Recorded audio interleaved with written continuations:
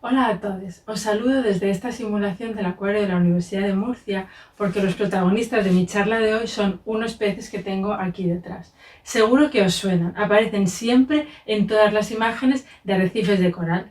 Concretamente os hablo de Pseudantias squamipinis, conocido comúnmente como Antias cola de lira por la forma de su aleta caudal. Hasta donde sabemos no cantan. Los antias son un amplio grupo de peces marinos tropicales originarios del Mar Rojo que comparten familia con peces tan conocidos como los meros, la familia Serranidae. Nuestros antias son apreciados en acuariología y por suerte sabemos bastantes cosas de esta especie gracias a las investigaciones que entre finales de los años 70 y primeros 80 del siglo XX realizó un biólogo, el doctor Douglas Zafiro, precisamente en la Universidad de Costa Rica. ¿Esto es lo que tiene que ver con Parque Jurásico? No, esa es una coincidencia en el tiempo y en el espacio que me pareció curiosa, porque estos estudios se realizaron unos años antes del momento en el que se sitúa la novela y perfectamente podrían haber sido los estudios a los que hace referencia el Dr. Grant en una de sus explicaciones. Pero vamos al lío. No desvelo ningún secreto si digo que la propuesta de control de población de la novela fue que todos los individuos se crearan hembras para que no pudieran reproducirse en libertad, pero que esto no funcionó, y que las especies que llegaron a reproducirse fueron precisamente aquellas cuyas cadenas de ADN habían sido reconstruidas insertando trozos de cadenas de unas ranas del oeste de África que sufrían lo que el autor llama transición de orden sexual. Bueno, pues estos peces, además de ser tan resultones como fondo de pantalla, podrían haber sido ese modelo animal que explica por qué falló todo, ya que al igual que esos anfibios a los que hace referencia el libro, los antias cola de lira tienen esa característica especial. Las hembras pueden cambiar de sexo en un entorno de sexo único. De hecho, los definimos como hermafroditas secuenciales, protogínicos y monándricos. Pero vamos a ver esto un poco más despacio. Pues sí, hija, porque me has dejado muerta. Yo solo veo peces naranjas. Son hermafroditas secuenciales porque son capaces de desarrollar gónadas, órganos reproductores tanto femeninos como masculinos, pero no al mismo tiempo, de ahí secuenciales. Son protogínicos porque desarrollan primero las gónadas femeninas y después, si las circunstancias son adecuadas, las masculinas. O sea, que el cambio de esta especie es de hembra a macho. También los definimos como monándricos porque, además de que hay un solo macho para un grupo de hembras, los machos tienen un único origen. Todos proceden ontogénicamente de hembras, siempre de la transformación de una hembra. Esta especie también es dimórfica, podemos distinguir al macho de la hembra por su aspecto externo. De hecho, esa es una de las transformaciones que suceden. Como vemos, las hembras son de color naranja claro, con aletas amarillas y una línea blanca que sale del ojo y termina en el opérculo. Los machos son oscuros, con una gradación que va de la parte dorsal a la ventral, aletas más oscuras. En la dorsal podemos ver que el tercer radio es mucho más largo que el resto y las aletas pélvicas y pectorales tienen unas manchas rojas y púrpuras muy llamativas.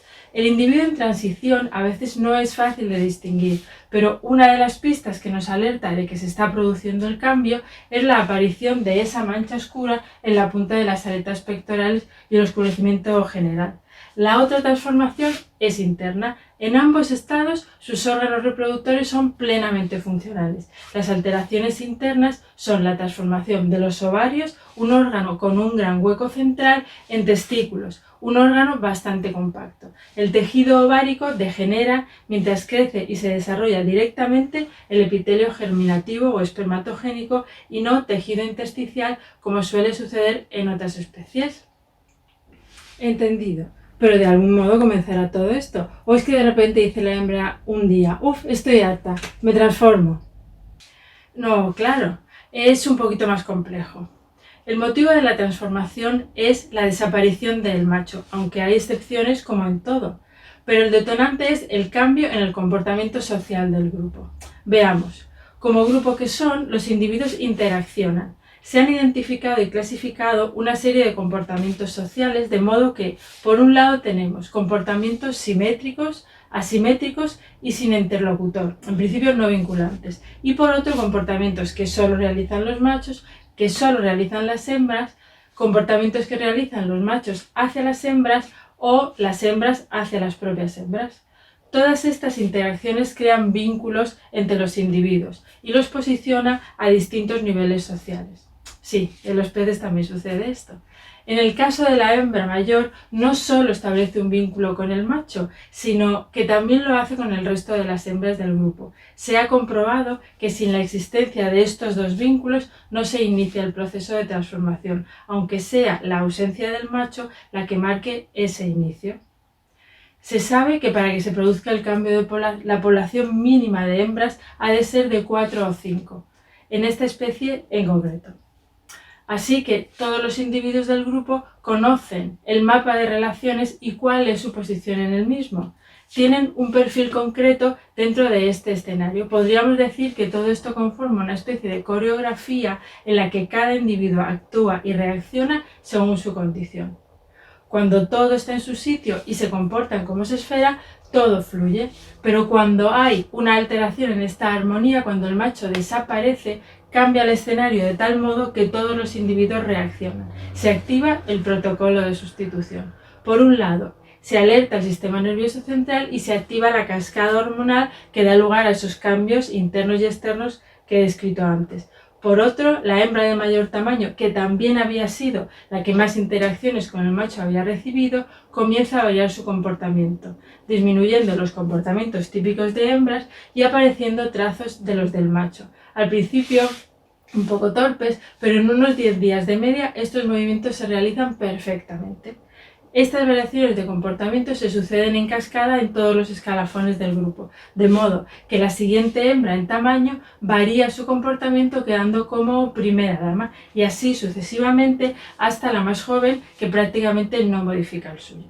En unas 4 semanas todo el proceso ha finalizado y vuelve la calma al grupo.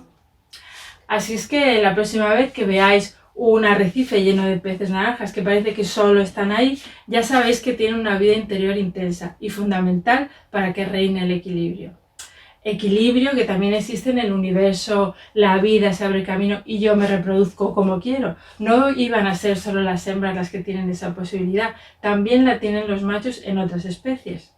Y solo os diré que eso explicaría muchas cosas acerca del papá de Nemo. Muchas gracias. Ay, pues ya me he enterado de todo. Qué maja. Esta noche se lo cuento a mi Lauri.